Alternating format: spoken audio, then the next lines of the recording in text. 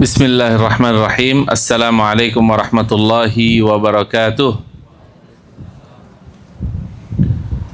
Innal hamdalillah nahmaduhu wa nasta'inuhu wa nastaghfiruh wa na'udzu billahi min syururi anfusina wa sayyiati a'malina may yahdihillahu fala mudilla lahu wa may yudlilhu fala hadiyalah wa asyhadu an la ilaha illallah wahdahu la syarika lah wa asyhadu anna Muhammadan 'abduhu wa rasuluhu wa safiyyuhu min khalqihi salawatullahi wassalamuhu alaihi wa ala alihi wa sahbihi wa sallama tasliman katsira. Jamaah sekalian yang dirahmati oleh Allah Subhanahu wa taala, insyaallah pada sore hari ini kita akan mengambil kisah dari seorang yang patut kita jadikan suri tauladan kita, yaitu Nabi Ya'qub alaihi salam. Insyaallah pada sore hari ini kita akan membahas bagaimana cara atau kiat menjadi ayah yang luar biasa, kiat menjadi orang tua yang luar biasa, mengambil sosok dari Nabi Ya'qub alaihissalam.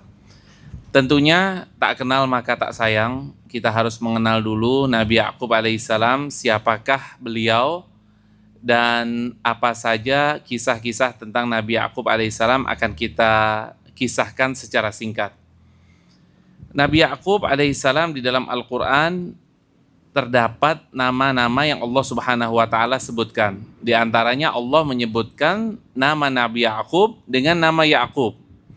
Dan di antara lainnya Allah menyebut nama Ya'qub dengan nama Israel. Nah, jadi Israel di dalam Al-Qur'an artinya adalah Ya'qub alaihissalam. Kalau Bani Israel yaitu anak keturunan dari Nabi Ya'qub alaihissalam yang berjumlah 12 orang. Nanti akan kita jelaskan insyaallah.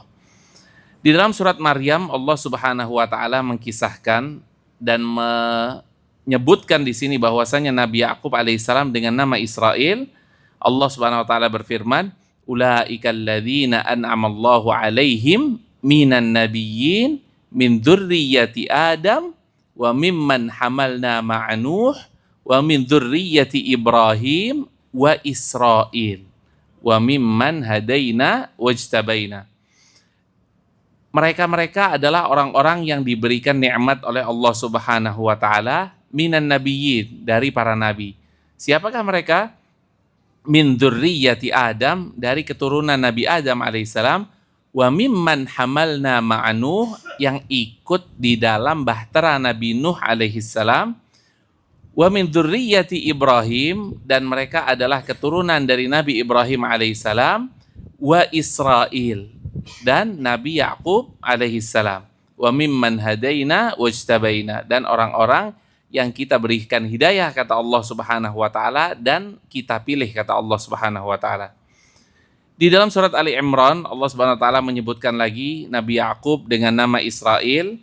Kullut ta'ami kana hillal li bani Israel, seluruh makanan-makanan yang ada di muka bumi ini pada dasarnya halal bagi Bani Israel, illa ma harrama Israilu ala nafsih, kecuali yang diharamkan oleh Israel bagi dirinya.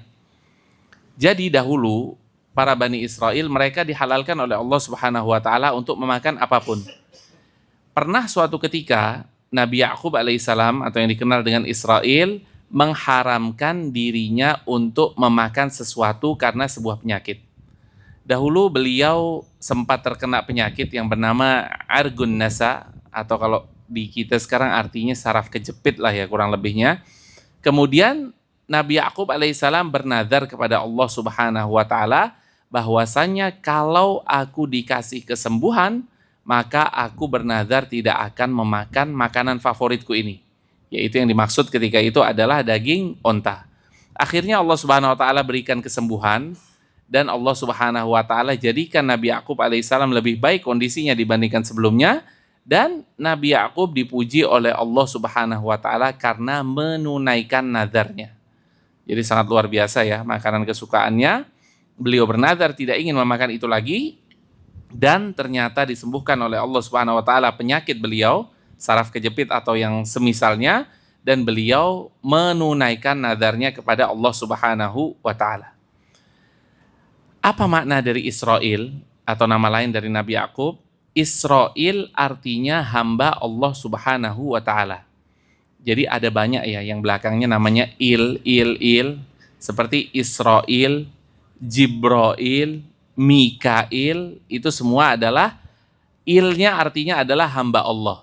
Seperti contohnya Jibril atau nama lainnya Jibril. Itu hamba Allah yang jabar, yang kuat. Nah, itu adalah nama lain dari Jibril. Sedangkan Israel nama lain dari Nabi Yakub artinya adalah hamba Allah. Ya, jadi nama lain dari Nabi Yakub alaihissalam. Dan literatur tentang Nabi Yakub alaihissalam ini sangat banyak sekali di kitab-kitab perjanjian lama atau perjanjian baru. Tentunya ada yang sudah diselewengkan sekarang ya. Oleh karena itu kita tidak bisa mengambil 100% dari perjanjian lama dan perjanjian baru yang saat ini karena memang banyak sekali terjadi penyelewengan. Jamaah sekalian yang dirahmati oleh Allah Subhanahu wa taala, kita disuruh oleh Allah Subhanahu wa taala untuk meneladani para nabi. Allah Subhanahu wa taala memerintahkan kita fabihudahu muqtadih. Dengan hidayah mereka atau dengan ajaran mereka, maka hendaklah kita naqtadi atau kita berusaha semaksimal mungkin untuk mengikuti. Nah, jadi kalau kita mau cari role model ya, kita nggak usah susah-susah, maka kita cukup mencari role model dari para nabi-nabi.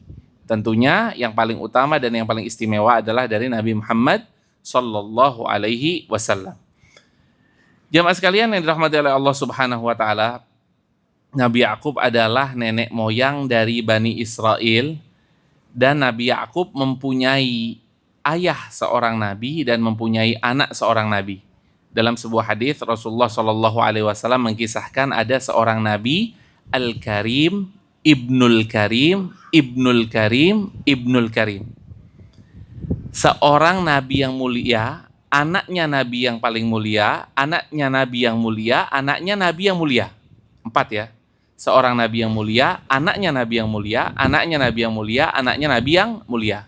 Siapakah gerangan? Ada yang tahu? Nabi Yusuf alaihissalam. Nabi Yusuf bin Yakub bin Ishak bin Ibrahim. 4-4-nya adalah nabi yang sangat mulia dan mereka semua dijuluki oleh Rasulullah SAW adalah Al-Karim, yaitu nabi yang mulia.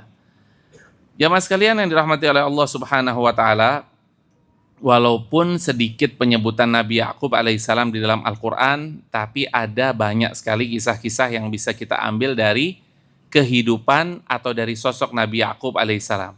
Dan banyak kita temui kisah tentang Nabi Yakub alaihissalam ada di dalam kisahnya Nabi Yusuf atau di dalam surat Yusuf. Allah Subhanahu wa taala banyak mengisahkan tentang Nabi Yakub yang merupakan ayahanda dari Nabi Yusuf alaihissalam. Tentunya Nabi Yakub dilahirkan dari seorang nabi, yaitu Nabi Ishak alaihissalam, yang dilahirkan dari seorang nabi yang sangat mulia, yaitu Nabi Ibrahim alaihissalam, yang mempunyai nasab yang sangat luar biasa. Jadi nasabnya sangat mulia. Dan Nabi Ibrahim alaihissalam dan istrinya yang bernama Sarah mengandung Nabi Ishak alaihissalam di usia yang sudah senja. Jadi di dalam riwayat ya bahwasanya Nabi Ibrahim alaihissalam mendapatkan keturunan berupa Nabi Ismail di usia 83 tahun. Kemudian kurang lebih setelah 10 atau 13 tahun baru lahirlah Nabi Ishak alaihissalam. Jadi Ibrahim sudah tua, Sarah sudah tua, mandul lagi. Nah kalau kita pikir-pikir nggak mungkin dong punya anak. Kok bisa seorang yang sudah sangat tua, istrinya juga sudah sangat tua dan sudah divonis mandul, tapi bisa punya anak. Tapi tidak ada yang mustahil di hadapan Allah Subhanahu wa taala. Allah mengkisahkan di dalam surat Hud ayat 71, "Fabasyarnaha bi Ishaq wa min wara'i Ishaq Yaqub." Ketika itu Allah Subhanahu wa taala mengutus malaikat untuk datang kepada Nabi Ibrahim alaihissalam. Maka malaikat tersebut memberikan kabar gembira kepada Nabi Ibrahim alaihissalam. Fabasyarnaha bi Ishaq, maka kami berikan kabar gembira kepada Sarah bi Ishaq akan lahirnya seorang nabi yang bernama Ishaq. Wa min wara'i Ishaq Yaqub, dan setelah lahirnya Nabi Ishaq maka ia akan mempunyai anak lagi bernama Nabi Yaqub alaihissalam. Dan kabar gembira ini, kabar yang sangat luar biasa ini kaget ya Nabi Ibrahim alaihissalam dan ibunda kita yaitu ibunda Sarah kaget, kok bisa kita sudah berusia 100 tahun dan Sarah sudah menopause berusia 90 tahun tapi dikaruniai anak oleh Allah Subhanahu wa taala. Di ayat berikutnya Sarah mengatakan kepada malaikat tersebut, qalat, Sarah berkata, ya wailata. Ya wailata itu sesuatu yang heran banget sih. Ini kok sesuatu yang nggak masuk akal gitu. Itu kalau terjemahan dari ya wailata. Aalidu wa ana ajuz, apakah aku bisa melahirkan anak sedangkan aku sudah ajuz, aku sudah tua, wa hadza ba'li syaikha, dan ini suamiku sudah sangat tua renta. Kan nggak masuk akal. Maka apa kata malaikat menjawab perkataan dari Sarah tersebut? Qalu, malaikat tersebut berkata, ata'jabina min amrillah, kau heran sama perkara yang sudah ditetapkan oleh Allah Subhanahu wa taala. Jangan heran kalau Allah sudah berkehendak, innama amruhu idza arada syai'an ayyaqula lahu kun fayakun. Kalau Allah sudah berkehendak, Allah tinggal bilang kun, jadilah, maka akan jadi. Maka malaikat ketika itu menjawab Sarah, qalu ata'jabina min amrillah, ente heran dengan keputusan yang sudah ditetapkan oleh Allah Subhanahu wa taala. Rahmatullahi wa barakatuhu alaikum ahlal bait. Ini adalah rahmat Allah Subhanahu wa taala dan keberkahan Allah Subhanahu wa taala kepada kalian para ahlul bait. Innahu hamidum majid, sungguhnya Allah Subhanahu wa taala maha terpuji dan maha pemurah. Jamaah sekalian yang dirahmati oleh Allah Subhanahu wa taala, di dalam surat Maryam ayat 49 Allah Subhanahu wa taala menjelaskan, falamma i'tazalahum wa ma ya'buduna min dunillah wa habna lahu Ishaq wa Ya'qub wa kullan ja'alna nabiyya. Ini pelajaran pertama yang bisa kita ambil pada sore hari ini. Ketika Ibrahim alaihissalam berdakwah, beliau berdakwah sangat luar biasa berat ya. Ketika itu beliau menghadapi dua tipe kaum. Kaum yang pertama orang-orang yang suka menyembah benda-benda yang ada di bumi, menyembah berhala, menyembah patung dan lain sebagainya. Kemudian beliau pindah lagi ke tempat lainnya, maka beliau menghadapi orang-orang yang suka menyembah benda-benda langit, menyembah matahari, menyembah bulan, menyembah bintang, dan lain sebagainya. Berat luar biasa. Bahkan dikatakan atau diceritakan di dalam Al-Quran bahwasanya keluarga terdekat beliau, termasuk ayahanda beliau, tidak beriman kepada Allah Subhanahu wa taala. Kemudian Nabi Ibrahim alaihissalam meninggalkan keluarga besar beliau demi mencari sesuatu yang Allah Subhanahu wa taala ridhoi. Dan ini dipuji oleh Allah Subhanahu wa taala. Falamma i'tazalahum, ketika Nabi Ibrahim meninggalkan keluarga intinya, yang mana keluarga intinya adalah keluarga yang menyembah berhala ketika itu, yang menyembah selain Allah Subhanahu wa taala. Berat Pak meninggalkan keluarga. Kita tahu ya, apalagi orang-orang yang dahulunya dari kecil bersama dengan keluarganya, dekat dengan keluarganya, kemudian keluarganya ini tidak taat kepada Allah atau bahkan ia menyembah kepada selain Allah Subhanahu wa taala, mau tidak mau kita harus menjaga akidah kita. Bagaimana caranya? Kita menjauh. Kita menjauh tentunya agar akidah kita lebih terjaga. Dan ini yang dilakukan oleh Nabi Ibrahim alaihissalam. Beliau menjauhi lingkungan yang toksik, lingkungan yang menyembah berhala, menyembah benda-benda langit dan lain sebagainya. Maka Allah ganti dengan lingkungan yang lebih baik. Falamma i'tazalahum, ketika Nabi Ibrahim mengasingkan diri dari keluarga-keluarganya, wa ma ya'buduna min dunillah, dan Nabi Ibrahim mengasingkan diri dari orang-orang yang menyembah kepada selain Allah Subhanahu wa taala, Allah ganti. Wahabna lahu Ishaq wa Ya'qub. Allah ganti dengan Nabi Ishaq dan Nabi Ya'qub, keturunan yang soleh dan solehah dari seorang Nabi Ibrahim alaihissalam. Wa kullan ja'alna nabiyya, dan keduanya dijadikan nabi oleh Allah Subhanahu wa taala. Siapa itu? Nabi Ishaq dan Nabi Ya'qub alaihissalam. Jadi ini semua buah atau akibat dari meninggalkan sesuatu dan mengharapkan keridhaan Allah Subhanahu wa taala. Dan ini seiring dengan hadis Nabi sallallahu alaihi wasallam, man taraka syai'an lillah barang siapa yang meninggalkan sesuatu karena Allah Subhanahu wa taala, awwadahullahu khairan minhu. Allah akan mengganti dengan yang lebih baik daripada apa yang ia tinggalkan. Jadi kadang kita perlu mengikhlaskan sesuatu yang kita cintai, yang mana sesuatu yang kita cintai tersebut tidak sejalan dengan syariat Islam, tidak sejalan dengan keridhaan Allah Subhanahu wa taala. Kita tinggal pilih saja, kita mau pilih sesuatu yang diridhoi oleh Allah Subhanahu wa taala atau tetap bertahan dengan apa yang kita cintai walaupun mendatangkan kemurkaan Allah Azza wa Jalla. Kemudian jamaah sekalian yang dirahmati oleh Allah Subhanahu wa taala, Nabi Ibrahim alaihissalam atau kakek dari Nabi Yakub mendapatkan anak yang soleh dari dua istri, yaitu yang pertama dari Hajar mendapatkan anak yang bernama siapa? Ismail. Kemudian dari Sarah mendapatkan anak yang bernama Ishak. Jadi dua ibunda kita mendapatkan dua anak yang dua-duanya menjadi nabi. Dan dikatakan di dalam Al-Quran dua konteks yang berbeda. Fabasyarnahu bighulamin halim. Di ayat lainnya fabasyarnahu bighulamin alim. Yang dikatakan fabasyarnahu bighulamin halim pakai ha, kami berikan keturunan yang bijak. Seorang yang bijak, yang bijaksana, bighulamin halim. Kira-kira siapa? Ishak atau Ismail? Yang bilang Ismail angkat tangan. Satu. Yang bilang Ishak angkat tangan. Yang lainnya apa? Golput ya? Ya betul, saudara saya yang jawab, paman saya. Catat coba. Fabasyarnahu bighulamin halim, maka Allah Subhanahu wa taala memberikan kabar gembira kepada Nabi Ibrahim akan lahirnya seorang anak yang bijak. Yang dimaksud adalah Ismail. Kemudian di ayat lainnya Allah Subhanahu wa taala menjelaskan fabasyarnahu bighulamin alim, maka Allah memberikan kabar gembira kepada Nabi Ibrahim akan lahirnya seorang anak alim yang mempunyai ilmu.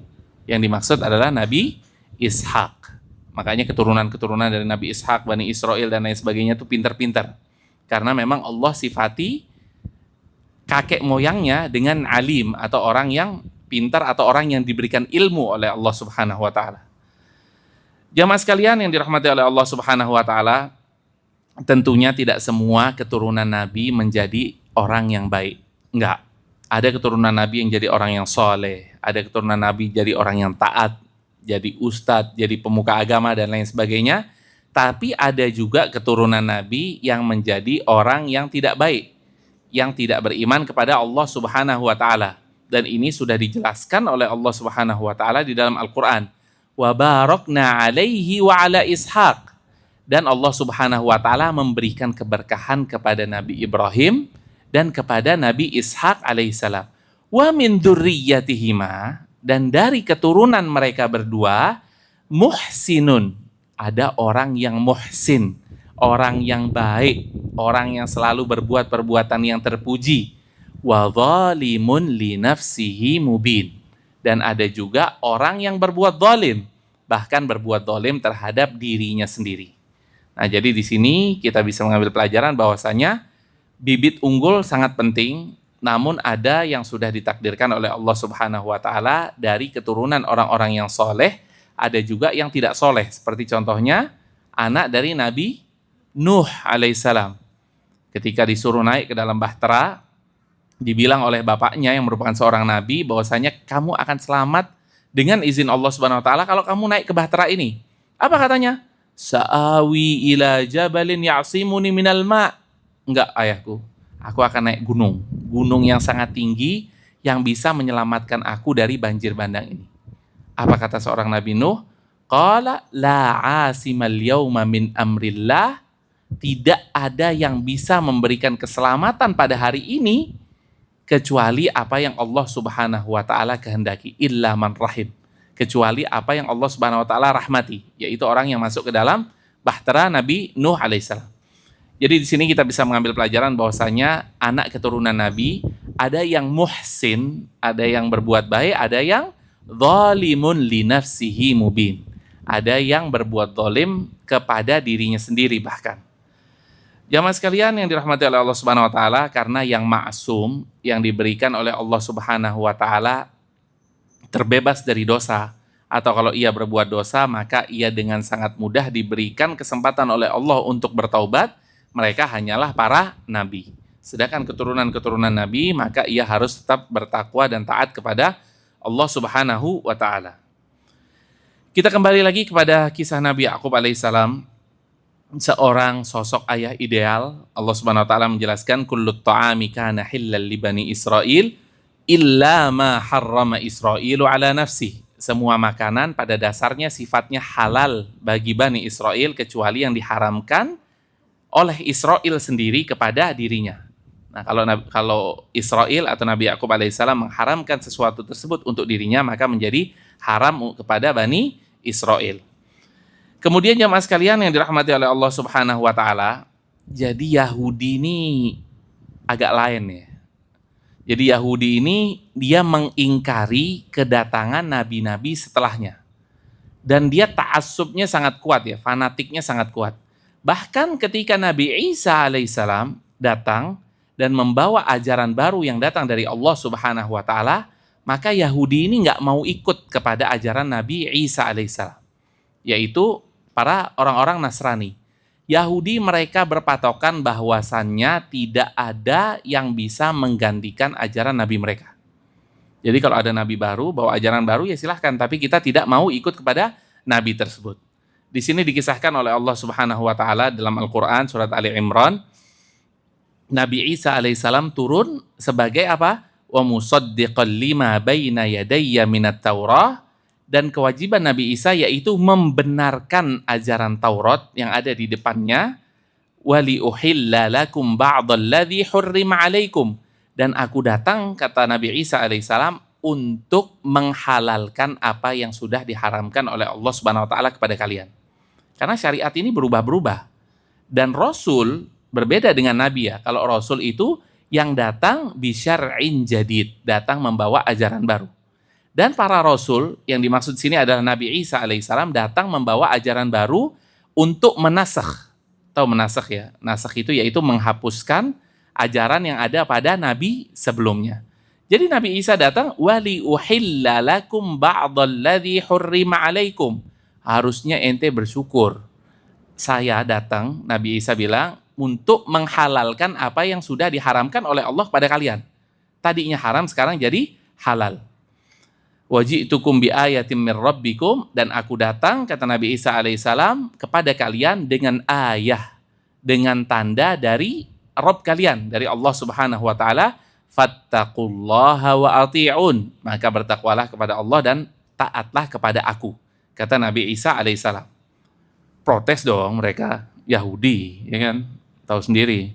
Mereka bilang bahwasanya nggak ada, Taurat nggak bisa diubah. Sampai bagaimanapun Taurat tidak bisa diubah. Dan makanya kalau kita lihat sekarang ya, kita lihat sekarang bahkan ada sebagian ulama-ulama kontemporer yang bilang bahwasanya mereka sudah dihalalkan sesuatu tersebut, tapi tetap mereka tidak mau. Mereka tetap menjaga. Mereka tetap menganggap hal tersebut haram bagi mereka. Jadi makanya sekarang di negara-negara barat itu ya, ada halal Yahudi, namanya itu kosher. Kosher itu halal standarnya Yahudi. Bahkan sebagian ulama bilang kalau kita nemuin makanan udah ada stempel kosher itu, makan aja. Karena standar halalnya mereka kuat. Yang harusnya dihalalkan untuk mereka, tapi mereka tetap berpegang teguh kepada ajaran lamanya. Mereka menganggap hal itu adalah hal yang haram. Jadi insya Allah mungkin yang biasa sering ke luar negeri ya, nggak usah susah-susah nyari makanan, mungkin insya Allah ya, berasalkan dengan stiker tersebut atau standarisasi tersebut, insya Allah bisa memakan hal tersebut. Karena memang kita dihalalkan untuk memakan makanan yang disembelih oleh ahlul kitab. Ahlul kitab itu siapa aja? Yahudi dan Nasrani. Jamaah sekalian yang dirahmati oleh Allah Subhanahu wa taala, Nabi Isa aja yang datang bawa syariat yang menyempurnakan syariatnya mereka nggak diterima. Apalagi Nabi Muhammad yang datang membawa syariat betul-betul baru. Syariat yang Allah Subhanahu wa taala kirimkan melalui malaikat Jibril kepada Nabi Muhammad, dan syariatnya betul-betul baru. Mereka tidak mau beriman Karena memang pada dasarnya mereka tidak mau menerima sesuatu yang menyelisih mereka. Ada suatu hal yang baru, ya tidak diterima. Dan di sini Allah Subhanahu wa taala menyindir mereka. Kullu ta'ami kana hillal li Bani Israil. Pada dasarnya semua makanan halal bagi Bani Israel, illa ma harrama Israilu ala nafsih, kecuali yang diharamkan oleh Yakub kepada dirinya. Berubah nggak nih? Berubah. Tadinya semuanya halal. Kemudian jadi ada yang tidak halal. Berubah kan? Kenapa ente nggak mau nerima? Sedangkan pada kisah Nabi Yakub aja ente mau nerima. Seharusnya ketika Nabi Isa datang membawa syariat baru, ente terima dong. Ketika Nabi Muhammad SAW membawa syariat baru, wahai para orang Yahudi, kalian harusnya terima. Karena hal ini pernah terjadi. Atau nasakh ini, atau perubahan, pergeseran hukum pernah terjadi di zaman mereka. Jamaah sekalian yang dirahmati oleh Allah Subhanahu wa taala, Nabi Yakub alaihissalam dipuji oleh Allah Subhanahu wa taala pertama karena mau menunaikan nazar. Nah, jadi misalnya kita bernazar ya. Ya Allah, kalau anak saya bisa kuliah di Madinah, insya Allah saya akan bagi-bagi 10 sapi. Saya akan bagi-bagi kepada semua keluarga saya. Akhirnya anaknya keterima. Tapi dia tidak menunaikan nazarnya. Maka ini tidak benar. Karena setiap orang yang bernazar, maka ia harus menunaikan nazarnya. Misalnya, ya Allah, kalau bulan ini saya dapat 10 juta, saya akan puasa Senin Kemis selama 1 bulan. Allah Subhanahu wa taala kasih dia 10 juta, maka ia harus menunaikan nadarnya agar dipuji oleh Allah Subhanahu wa taala seperti Nabi Yakub alaihi salam. Kemudian di antara manakibnya Nabi Yakub alaihi salam, tahu manakib ya Pak ya? Manakib itu adalah keistimewaan atau sesuatu nilai plus yang ada pada Nabi Yakub alaihi salam. Nabi Yakub selalu mengingat akhirat, dan orang yang mengingat akhirat adalah orang yang sangat mulia. Allah Subhanahu wa taala kisahkan di dalam Al-Qur'an, "Wadhkur 'abdana Ibrahim wa Ishaq wa Yaqub," dan ingatlah cerita-cerita dari Nabi Ibrahim, Nabi Ishak dan ingatlah hamba-hamba kami, Nabi Ibrahim, Nabi Ishak dan Nabi Yaqub. Mereka mempunyai sifat yang sangat mulia, yaitu ulil aidi wal absar. Mereka mempunyai perbuatan-perbuatan yang besar dan mereka mempunyai ilmu-ilmu yang tinggi.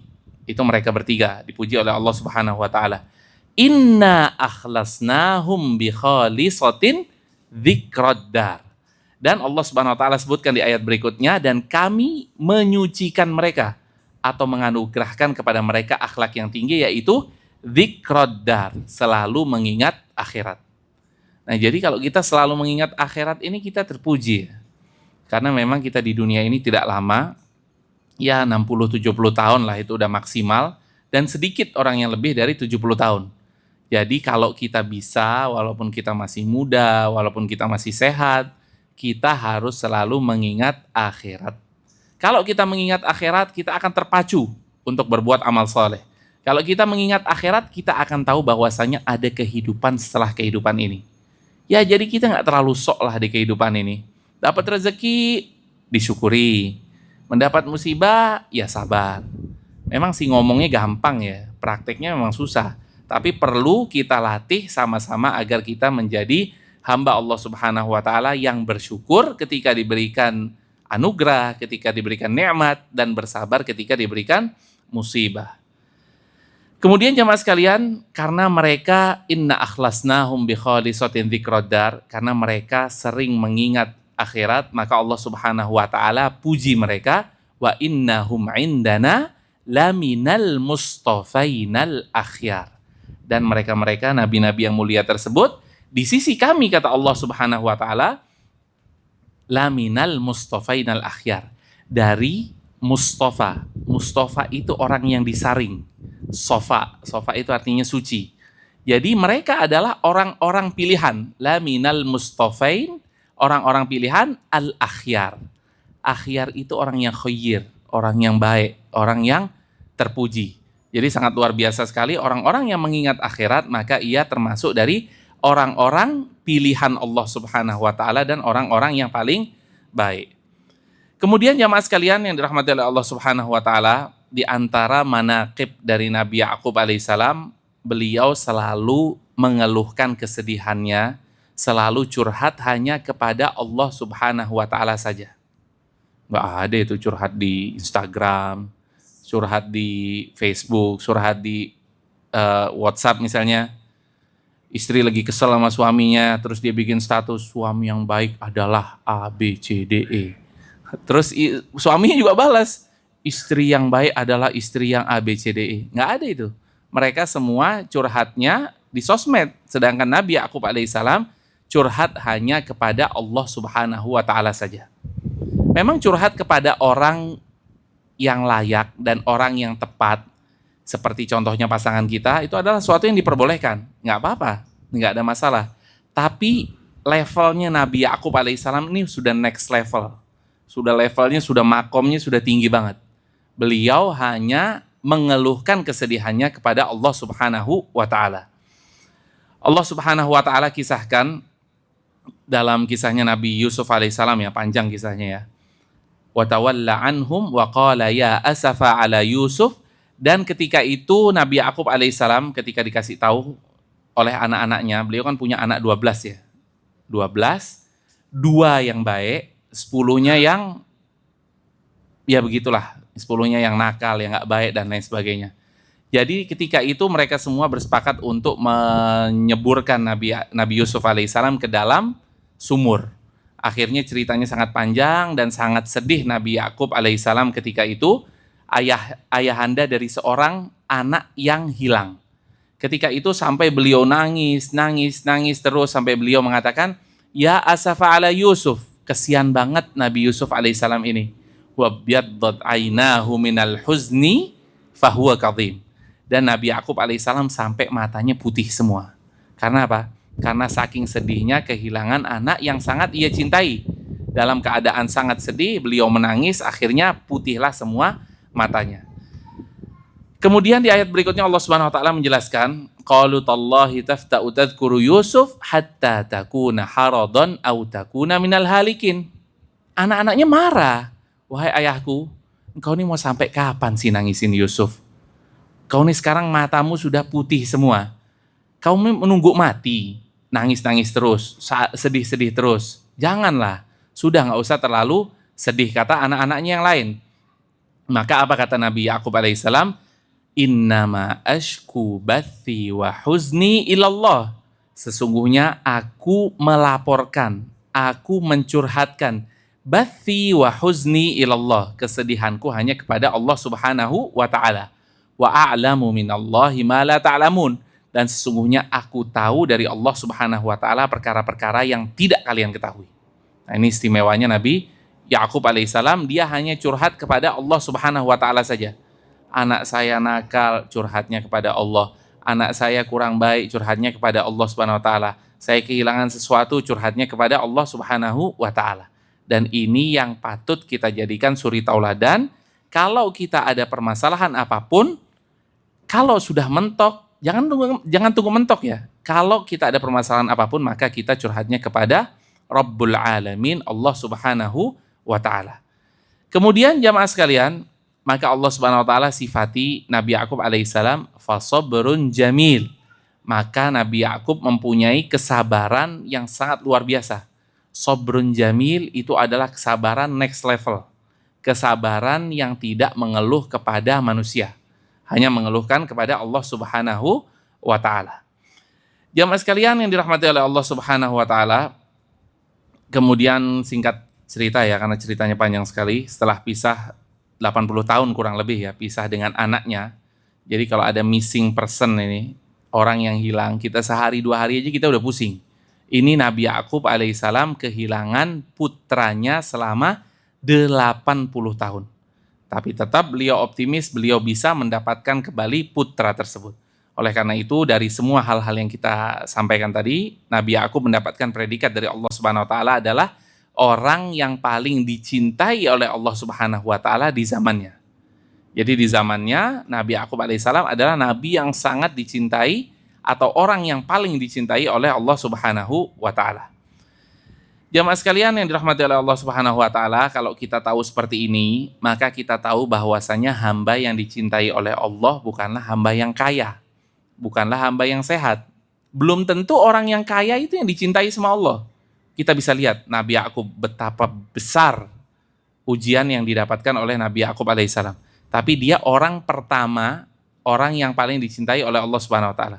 Jadi bukan berarti orang yang sakit tidak dicintai, orang yang sehat dicintai oleh Allah Subhanahu wa taala, bukan. Kita lihat Nabi Yakub alaihissalam, sakit tapi dia paling dicintai oleh Allah Subhanahu wa taala. Jadi tolak ukur kita dicintai oleh Allah Subhanahu wa taala bukan karena kita tajir, bukan karena kita sehat, bukan karena kita terpandang, bukan. Tapi Allah memiliki kriteria khusus siapa-siapa saja hamba yang dicintai oleh Allah Subhanahu wa taala. Jamaah sekalian yang dirahmati oleh Allah Subhanahu wa taala, Nabi Yakub punya anak 12 anak laki-laki, yang 10 durhaka. Bayangin. Kita punya anak satu aja nih yang agak-agak ya agak-agak nakal sedikit ya kita udah sumpek. Apalagi ini Nabi Yakub alaihissalam punya anak 12-nya laki, yang taat kepada beliau cuma 2 orang, yang 10-nya lagi durhaka. Yang taat kepada beliau 2 orang siapa saja? Yusuf dan Binyamin. Betul, Yusuf dan Binyamin adalah 2 anak yang taat kepada ayahanda beliau. Bayangkan yang 10 lagi luar biasa nakalnya. Bapaknya ditipu, saudaranya dicemplungin ke sumur. Mereka bikin sayembara kayak seolah-olah Nabi Yusuf alaihissalam ini dimakan oleh serigala. Bawa baju yang sudah ada darah palsu dan lain sebagainya. Kurang bejat apa coba ini anak-anaknya. Tapi Nabi Yakub alaihissalam tetap perhatian kepada anaknya dan tetap memperingati anaknya. Nah ini, senakal apapun anak kita, kita tetap harus memberikan perhatian kepada beliau, kita memperhatikan anak kita, dan kita tetap menasehati anak kita. Ini kita pelajaran berikutnya dari kisah Nabi Yakub alaihissalam. Ada sebuah kisah ketika Nabi Yakub alaihissalam menceritakan mimpinya ketika Nabi Yusuf saya ulangin.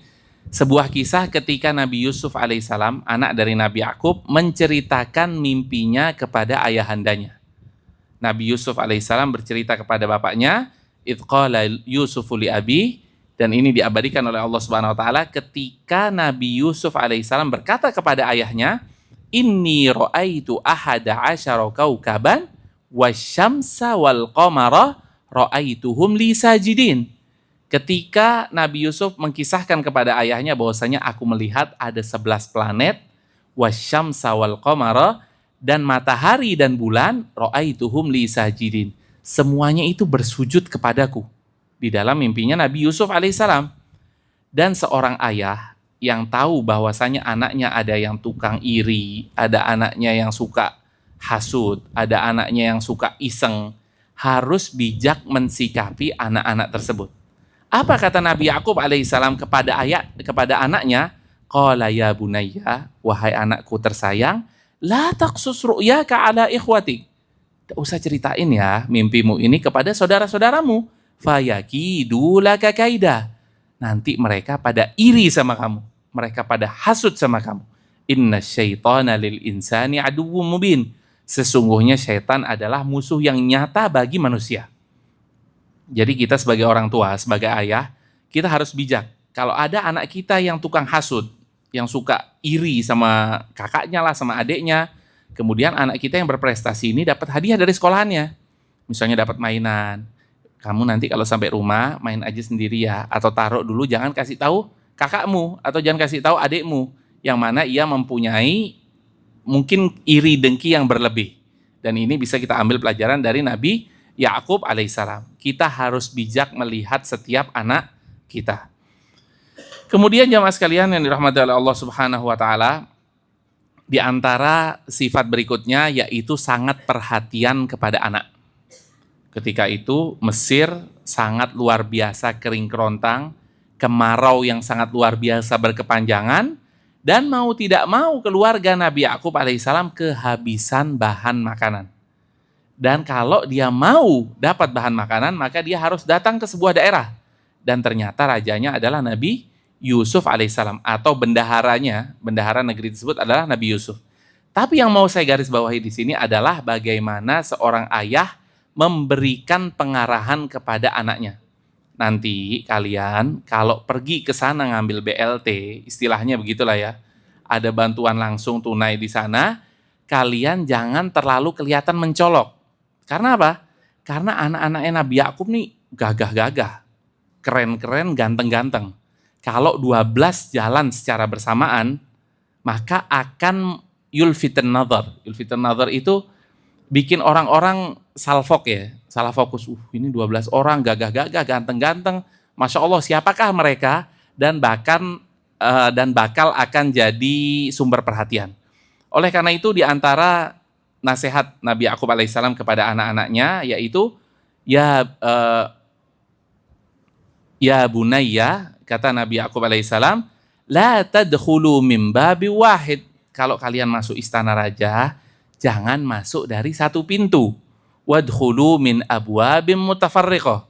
Yang satu masuk dari pintu kanan, yang dua dari kiri, yang tiga dari depan, yang empat dari belakang. Jangan bikin semua orang jadi fokus kepada kalian semua. Karena kalian semua datang secara bersamaan dan kalian semua agak berbeda dari yang lain-lainnya. Jadi ini adalah penting ya kita untuk memberikan arahan. Nanti jangan lewat jalan sana banyak begal misalnya.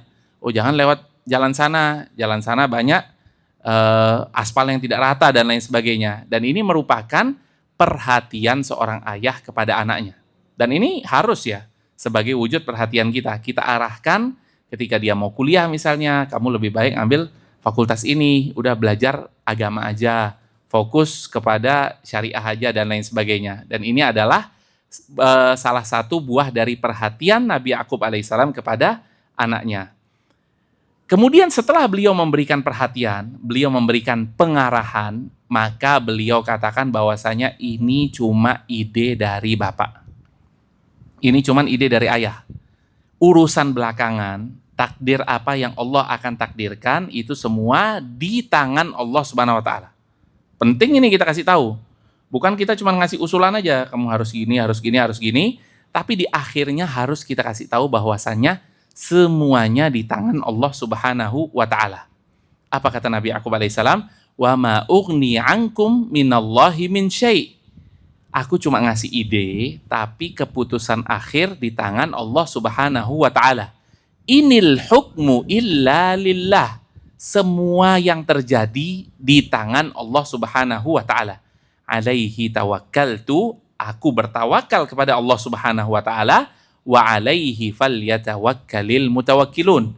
Maka hendaklah kalian juga bertawakal sebagaimana orang-orang yang suka bertawakal kepada Allah Subhanahu wa Ta'ala. Pelajaran berikutnya jadi apa? Kita harus memberikan saran, harus memberikan arahan kepada anak kita, namun tetap kita akhiri dengan keputusan di tangan Allah. Kalau ada sesuatu yang terjadi di luar kemampuan kita, maka alaihi tawakkaltu, aku bertawakal kepada Allah Subhanahu wa Ta'ala. Lanjut? Apa enggak? Lanjut ya? Capek apa enggak? Kita yang capek dengan nasihat. Kemudian jamaah sekalian yang dirahmati oleh Allah Subhanahu wa Ta'ala, tinggal dikit kok. Allah Subhanahu wa Ta'ala mengkisahkan bahwasanya Nabi Yakub alaihissalam walaupun sudah 80 tahun berpisah dengan anaknya yang sangat beliau cintai, namun beliau tidak pernah berputus asa. Nah ini penting nih, tidak boleh kita berputus asa walaupun sudah lama sesuatu yang kita inginkan itu tak kunjung datang. Dan ini adalah kesempatan kita untuk memaksimalkan doa, untuk memaksimalkan meminta kepada Allah Subhanahu wa Ta'ala agar Allah berikan kemauan kita. Dan kalau Allah tidak berikan apa yang kita inginkan, bisa jadi Allah memberikan sesuatu yang lebih baik dari itu. Dengan kita tidak dapat hal yang kita inginkan, bisa jadi itu adalah hal yang lebih baik bagi Allah Subhanahu wa Ta'ala. Ketika itu Nabi Yakub alaihissalam mengkisahkan, ya bani yadhabu fatahassasu min Yusuf wa akhi. Udah lama nih kan nggak ketemu kan, udah lama nggak ketemu anaknya. Dan ketika itu Binyamin juga ikut ditangkap, dan ini adalah salah satu bentuk sayembara dari Nabi Yusuf alaihissalam. Kemudian anaknya 10 pulang dan bilang bahwasanya wahai ayahku, ternyata saudara kami Binyamin juga ditangkap. Tapi ini adalah keinginan dari Nabi Yusuf alaihissalam. Dan nanti pada saatnya akan kita kisahkan ya insya Allah. Maka Nabi Yakub alaihissalam tidak putus asa dan mengatakan, ya bani ya, wahai anak-anakku, idhabu fatahassasu min Yusuf. Pergilah dan carilah Nabi Yusuf wa akhi, dan saudaranya yaitu Binyamin. Mereka berdua disuruh untuk mencari. Wala tai'asu mir rauhillah. Dan janganlah kalian berputus asa dari rahmat Allah Subhanahu wa taala. Penting ini, kita tidak boleh berputus asa dari rahmat Allah Subhanahu wa taala. Innahu la yai'asu mir rauhillah illal qaumul kafirun. Yang berputus asa dari rahmat Allah, mereka adalah golongan orang-orang kafir. Orang-orang yang tidak beriman kepada Allah, sedikit-sedikit putus asa, sedikit-sedikit ya udahlah, nggak bisa, udahlah, udah mentok dan lain sebagainya. Sedangkan seorang mukmin diperintahkan untuk tidak cepat berputus asa. Kita diperintahkan untuk selalu berharap kepada Allah Subhanahu wa taala. Ya, jadi agar kita beda dengan orang-orang kafir, yaitu kita berharap kepada Allah Subhanahu wa taala. Kemudian di antara wasiat terakhir yaitu Nabi Yakub alaihissalam selalu mengajak anaknya, selalu mengajak anak keturunannya dan mewasiatkan kepada mereka untuk mentauhidkan Allah Subhanahu wa taala, untuk tidak berbuat syirik. Dan ini adalah nasihat yang paling penting. Percuma Pak kita Pak nasihatin dia ini, nasihatin dia itu, tapi kalau di hasil akhirnya ini kita tidak menasihati mereka untuk hanya beribadah kepada Allah. Percuma Pak anak kita setiap hari luar biasa taat, memberikan kita makanan, memberikan kita apa yang kita inginkan, tapi masih percaya sama ramalan-ramalan bintang, masih percaya sama dukun-dukun, masih percaya sama hal-hal gaib yang tidak ada kebenaran di situ. Percuma. Jadi kita harus sesuai dengan apa yang dilakukan oleh Nabi Yakub alaihissalam, mewasiatkan kepada anak keturunan kita at-tauhid, yaitu mengesahkan Allah Subhanahu wa taala. Allah mengisahkan dalam surat Al-Baqarah, am kuntum syuhada, apakah kalian menjadi saksi idh hadara Ya'qub al-maut, ketika Nabi Yakub sudah mau meninggal di ajal-ajal akhirnya, ketika di sakaratul maut, Nabi Yakub alaihissalam idh qala li bani, Nabi Yakub alaihissalam mengatakan kepada anak keturunannya, ma ta'buduna min ba'di. Dia nih udah mau meninggal nih ya, Nabi Yakub alaihissalam, bukan bilang ini sertifikat tanah yang ini di sini, ini arisannya mama di sini, ini nanti begini belum dapat, bukan. Tapi apa yang dilakukan? Ma ta'buduna min ba'di, kalau aku meninggal kau mau nyembah siapa? Mau nyembah Allah atau enggak? Ini ditekankan ketika sakaratul maut, ketika sebelum meninggal dunia. Ma ta'buduna min ba'di, kalian mau menyembah apa setelah aku tidak ada? Maka mereka semua menjawab, qalu na'budu ilahak, kami akan menyembah ilahmu, kita akan menyembah Tuhanmu, kita akan menyembah Rabbmu, wa ilaha abaika Ibrahim wa Ismail wa Ishaq. Dan kami, katanya Bani Israel atau kata anak keturunan Nabi Yakub alaihissalam, kita akan menyembah ilahak, Rabbmu atau Tuhanmu, wa ilaha abaik, dan Rabb kakek moyang kita semua, yaitu ayahmu, siapa? Rabbnya Ibrahim, Rabbnya Ismail, dan Rabbnya Ishak, ilahan wahidan, yaitu Allah yang maha satu. Wa nahnu lahu muslimun, dan kami berislam, dan kami menyerahkan diri kepada Allah Subhanahu wa ta'ala. Jadi itu jamaah sekalian yang dirahmati oleh Allah Subhanahu wa taala, pelajaran-pelajaran penting yang bisa kita petik dari kisah Nabi Yakub alaihissalam, dan semoga kita bisa mengaplikasikannya dalam kehidupan kita sehari-hari, dan tentunya kita tetap berdoa kepada Allah Subhanahu wa taala agar kita dijadikan orang tua yang baik, agar kita diberikan kemampuan untuk bersabar dalam mendidik anak keturunan kita, dan agar anak keturunan kita diberikan kemudahan oleh Allah Subhanahu wa taala untuk semakin taat dan semakin kuat beribadahnya kepada Allah Subhanahu wa taala. Ada 2 pertanyaan.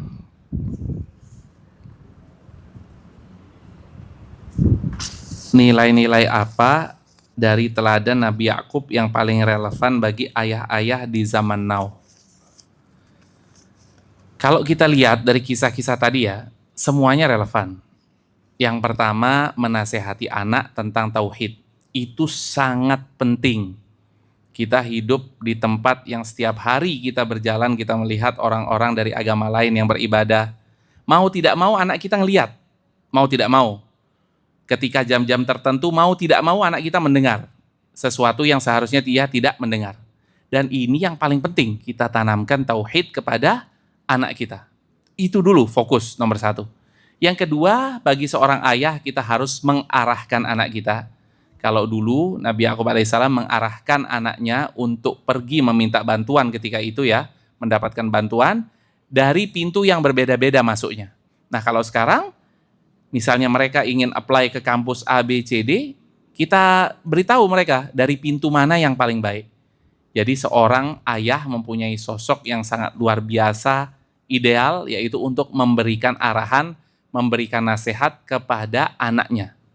Kemudian contoh-contoh lainnya tadi bisa kita ingat-ingat lagi ya, yaitu tidak berputus asa, tidak segera menyerah, dan juga selalu mencurhatkan isi hatinya kepada Allah Subhanahu wa Ta'ala. Jadi semua yang kita pelajari tadi relevan untuk ayah-ayah di zaman now. Kemudian minta tolong dijelaskan tentang masa iddah seorang muslimah. Apa sama masa iddah cerai mati sama cerai hidup baik istri yang digugat atau nusyus? Kalau ada pertanyaan lain dulu. Kalau enggak, kita jawab ini.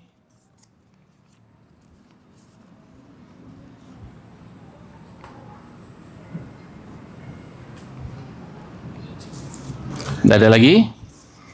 Oke, kita ulangi lagi ya pertanyaannya. Tolong dijelaskan masa iddah seorang muslimah apakah sama masa iddah cerai mati sama cerai hidup? Pertama, masa iddah cerai mati dan cerai hidup berbeda.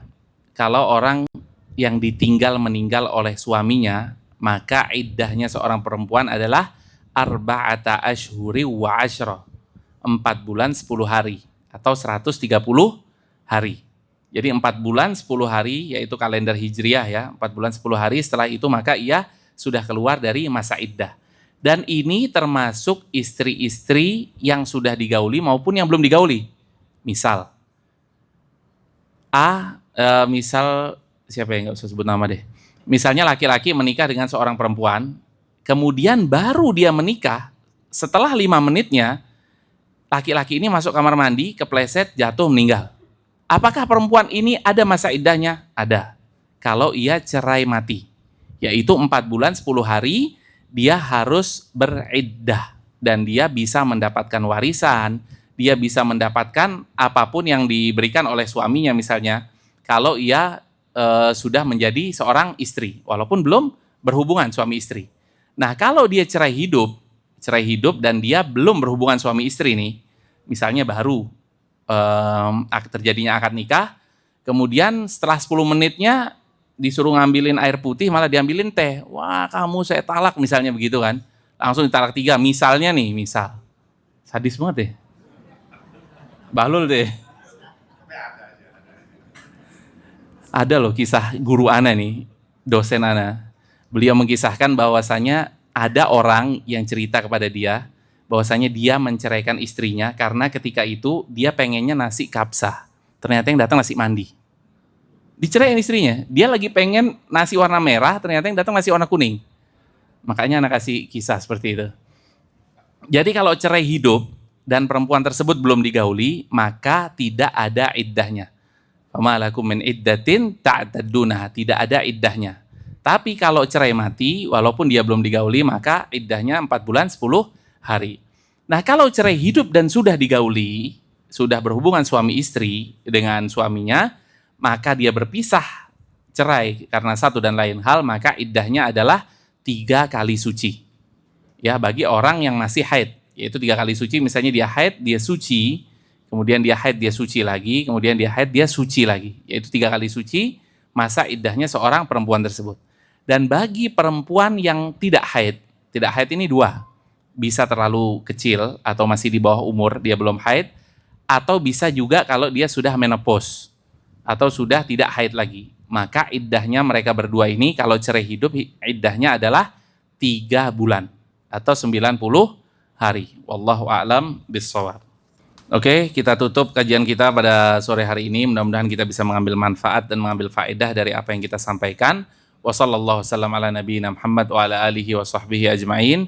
Kita tutup dengan doa kafaratul majelis. Subhanakallahumma wa bihamdika asyhadu an la ilaha illa anta astaghfiruka wa atubu ilaik. Wassalamualaikum warahmatullahi wabarakatuh.